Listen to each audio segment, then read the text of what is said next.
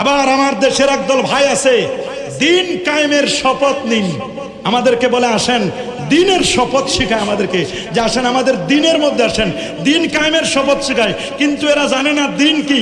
দিন হলো তিনটা জিনিসের নাম। বলেন কয়টা? আরো জোরে কয়টা? এক নম্বর হলো ঈমান। বলেন এক নম্বর কি? দুই নম্বর হলো ইসলাম, তিন নম্বর হলো ইহসান। ঈমান হলো আকীদা। বলেন ঈমান হলো, ঈমান হলো, আর ইসলাম হলো ফিকহ মাযহাব।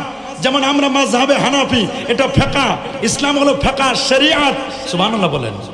আর প্রথমটা হলো আকীদা, এটা আকীদা। আর দ্বিতীয়টা হলো শরীয়ত মাযহাব।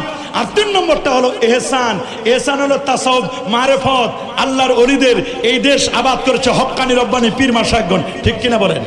মনে রাখবেন 59টি মুসলিম দেশের মধ্যে ক্ষুদ্রতম হলো, ছোট্ট হলো অলিয়া উলিয়ার বাংলাদেশ। হযরতে শাহজালাল, শাহপরান, শাহ মাকদুম, খান জাহান আলী, ফতহুল্লাহ, গরিবুল্লাহ, শাহ বেহেশতি চিশতি সহ এই দেশ 12 আউলিয়ার দেশ, 307 অলির দেশ। হক্কানি রব্বানি পীর মাশায়েখরা, আলেম ওলামারা এই দেশটাকে আবাদ করেছেন। এদেশের মাটি আর মানুষের কাছ থেকে আপনি হক এবং হক্কানিয়াতকে মিটাই দিবেন, মাজারে আপনি হামলা করবেন, মাজারে আপনি হামলা করবেন, আর নিজেদেরকে দাবি করবেন যে আপনি দিন কায়েম করবেন, সংসদে যাবেন।